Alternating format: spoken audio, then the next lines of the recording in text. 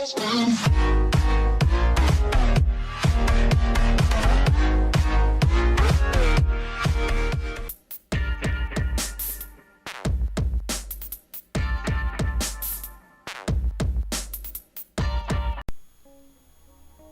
to Looking at the Markets with David Modell. Today I'm going to give you a quick introduction to Keltner channels, and I'm going to compare them to Bollinger Bands. So here we go.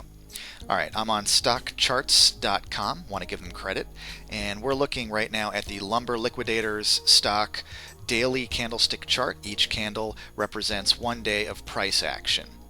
And I put the Keltner channels up there on the standard settings, which is great for swing trading. Of course, you can use this on different time frames as well. Day traders can use Keltner channels. Long-term buy and hold investors can use them as well. You just have to change the settings. Alright, so you've got the upper channel and the lower channel and the midline. It's a lot like Bollinger Bands, where you have the upper band and the lower band and the midline. So it's pretty much the same thing as Bollinger Bands, where if the candlestick touches or pierces the bottom line, then that means that it's relatively cheap or oversold, and that means you can buy it if you want to because it's on sale. It's a bargain. And when it reaches, touches or pierces the upper line, that means that it's overbought or expensive, which means that if you already own it, maybe if you bought it down here, you can sell it when it reaches or pierces that upper band there. All right. So, for example, you could have bought it here and sold it here, and then bought it here, waited a while, and then finally sold it here when it pierced the upper line there, and so on and so forth. Okay. Now, if you already know about Bollinger Bands, then you may notice that Keltner channels are very similar, except notice that Keltner channels keep the same width between the lower line and the upper line. It stays about the same width pretty much always. Even when there are extreme price movements, like for example with Lumber Liquidators, at the beginning of August, there was a large jump up here due to an earnings report. There was an earnings beat. All right, and so there was an extreme price movement here, as happens sometimes when there are earnings reports. But even with extreme price movements, the lines don't get too wide or too narrow. All right, they pretty much stay the same distance between the upper and lower lines there. All right, and so it's kind of a steady indicator. It's not very extreme. All right, so right now I'm going to compare this. I'm going to go down on stock charts, and I'm going to compare this to the Bollinger Bands so you can see the difference. All right, so we're going to put both up there, and it might be a little bit confusing, but the blue lines are the Keltner channels. You were just looking at those, and now I also added the Bollinger Bands, and notice how much wilder and crazier the Bollinger Bands are. Okay, if you look at this, here we are. Here's the earnings beat and an extreme price movement to the upside. You see how the Keltner channels pretty much, they get a little bit wider, but not much. Okay, they pretty much stay about the same distance, same width between the lines here.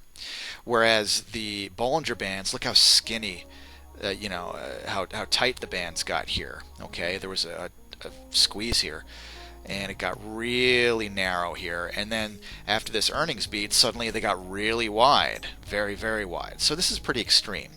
And yes, Bollinger Bands are great if you're trading options and you want an indicator to tell you when, if there's a squeeze, it might tell you that volatility is low, and then when the Bollinger Bands get really wide, that might tell you that volatility is much higher, much greater. Okay, so I have to admit that Keltner channels don't give you those squeezes and those releases to the same extent that Bollinger Bands do. However, if you want something a little steadier, something that doesn't have extreme, differences between the width, because this might be hard to trade. If you're the type of person that likes to buy at the lower band and then sell at the upper band, when it's that narrow with the Bollinger Bands, it's hard to trade it. You're not going to make much money. I mean, what, really going to buy it here and then sell it here? You're not going to make much money that way. Okay, it's too tight. At least the Keltner channels give you some breathing room here. At least it doesn't get this tight. And also when it's extremely wide. I mean, when it gets this wide, what, are you going to wait till it gets all the way down here before you buy it? And then wait until it goes all the way up. It's not even on the chart anymore, the upper Bollinger Band. Okay, so it might be difficult if you're going to buy low and sell high to really trade with Bollinger Bands sometimes when it gets extremely narrow or extremely wide, whereas the Keltner channels are much steadier, as you can see, when it comes to the width. All right, let's also take a look at, we'll do Domino's Pizza. How about that one? Let's compare that one. We'll put up, first we'll just put up we'll take away the Bollinger Band so you can look at just the Keltner channels, all right? And that's under overlays here on stockcharts.com. All right, so as we can see, yes, I remember there was an earnings report in late July. It was an earnings miss, obviously, and it went down even more. And by the way, that's why I tell people use the 3-day rule. After a big earnings miss, wait 3 days before you buy it. And this is a perfect example because it's likely to keep going down over the next few days. All right. So if you had bought 3 days later, you would have done pretty well.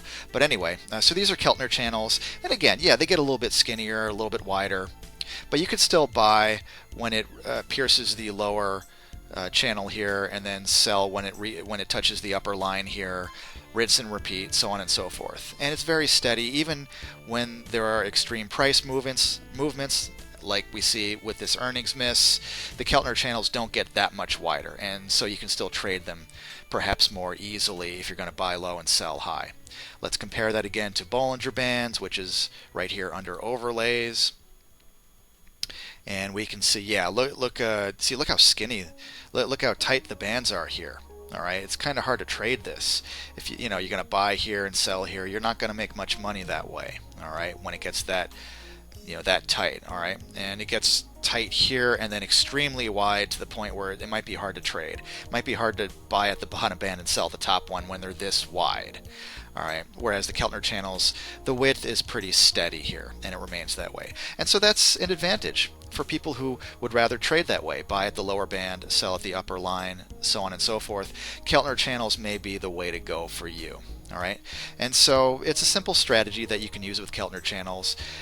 It's not for everybody. Some people prefer the Bollinger Bands. They like the fact that they get skinny and wide, so they can gauge or measure how volatile the stock has been recently. So try both, check them out, maybe even put one on top of the other and really test them out to see which one you like better.